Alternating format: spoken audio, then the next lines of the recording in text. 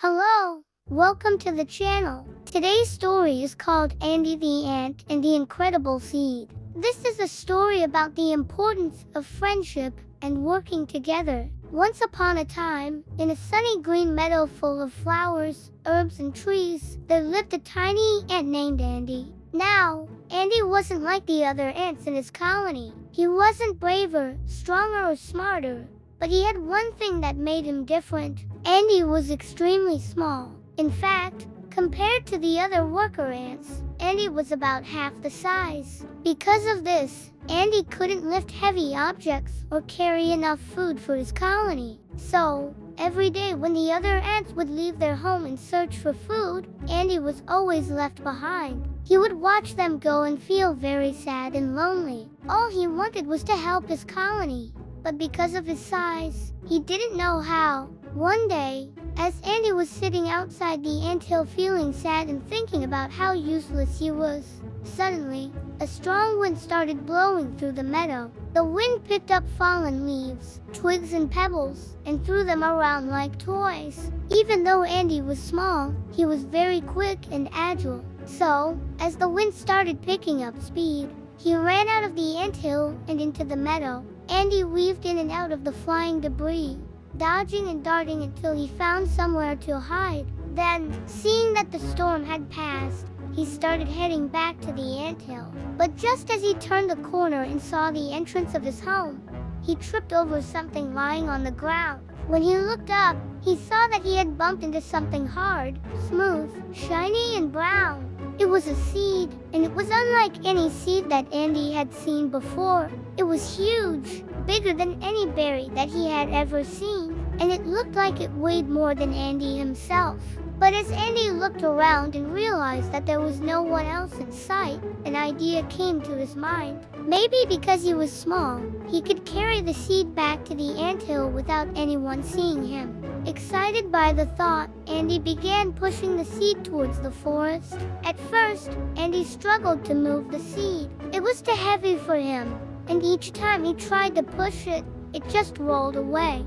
Frustrated, Andy decided to try pulling it instead. But as he got a grip on the seed, it slipped from his tiny hands and rolled away again. Exasperated, Andy sat down next to the seed. He was tired, and most of all, he was sad. Why was he always unsuccessful? Why couldn't he do anything right? Why was he still not able to help his colony? As tears started filling his eyes, Andy cried out loud, "Why am I so sad, Andy?" Suddenly, a sweet voice asked. Surprised, Andy looked up and saw standing in front of him a beautiful butterfly with wings like stained glass. Startled, Andy stammered, Who are you?" The butterfly smiled. "My name is Bella. I saw you struggling over there and wanted to see if you needed help." Taking a deep breath, Andy explained to Bella why he was upset and said, "This seed is too heavy for me. I want to take it back to my colony, but I can't." Bella, who had been listening patiently, smiled and said, "Well, it does seem like quite a heavy seed for you to carry on your own. But don't worry, I'm sure if you ask our friends for help, they will be happy to lend a hand."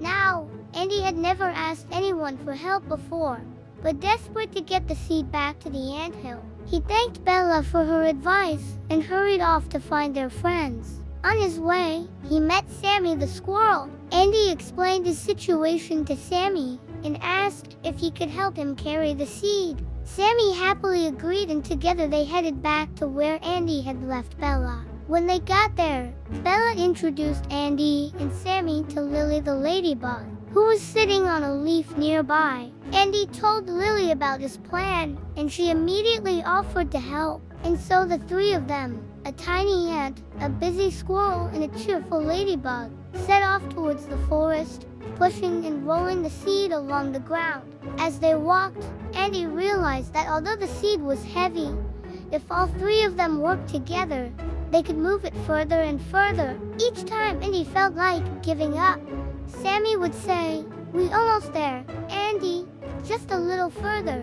Or Lily would add, "Yes, you can do it, Andy. You're doing great." Encouraged by his friends, Andy kept trying. He pushed and shoved, and bit by bit they moved the seed closer and closer to the anthill. After what felt like hours and hours, finally, they arrived back at the entrance of the ant colony. Overjoyed, Andy thanked Lily and Sammy for helping him. But Sammy said, "You don't have to thank us, Andy. We were happy to help." Lily added, "That's right. Working together is more fun than doing everything alone." Just then, Bella appeared beside them. "So, did you manage to bring the seed here?" she asked. Andy nodded. At that moment, the four friends stood there watching as the other ants carried the seed inside the anthill. Suddenly, the queen ant appeared in front of them. She had been watching them the whole time, and now she was smiling. "Andy, you did not just bring food for the colony. You brought something even better," she said. "You brought here something that we needed even more, and that is the knowledge that no matter how difficult things are, as long as we work together, we can accomplish anything." The other ants cheered, and Andy felt proud. As the sun set over the horizon, painting the sky with hues of orange and purple, Andy sat with his friends outside the anthill. Looking at the sky, Bella asked, "So, Andy, aren't you happy now? Do you feel like you belong to the colony?" Andy turned to her, and with a smile on his face, he replied, "More than ever before. I learned that even though I might be smaller than the other ants, I'm not alone. I have friends who will always be there to help me, and together, we can do anything." The other friends smiled, and a comfortable silence fell between them as they watched the fireflies start blinking in the darkening sky. From that day on, Andy was no longer the sad little ant. He had found his place in the colony, not because of his size, but because of his kindness, courage, and most of all, his friendship with Bella, Sammy, and Lily. And so, whenever the four friends saw each other, they knew that no matter what challenges lay ahead, as long as they had each other, they could overcome anything. The end. Thank you so much for watching today's story. I hope you enjoyed it. If you did, please remember to leave a thumbs up and share it with your friends and family. Also, don't forget to subscribe to get notified whenever I upload a new story. Until then, stay curious and keep exploring. Bye.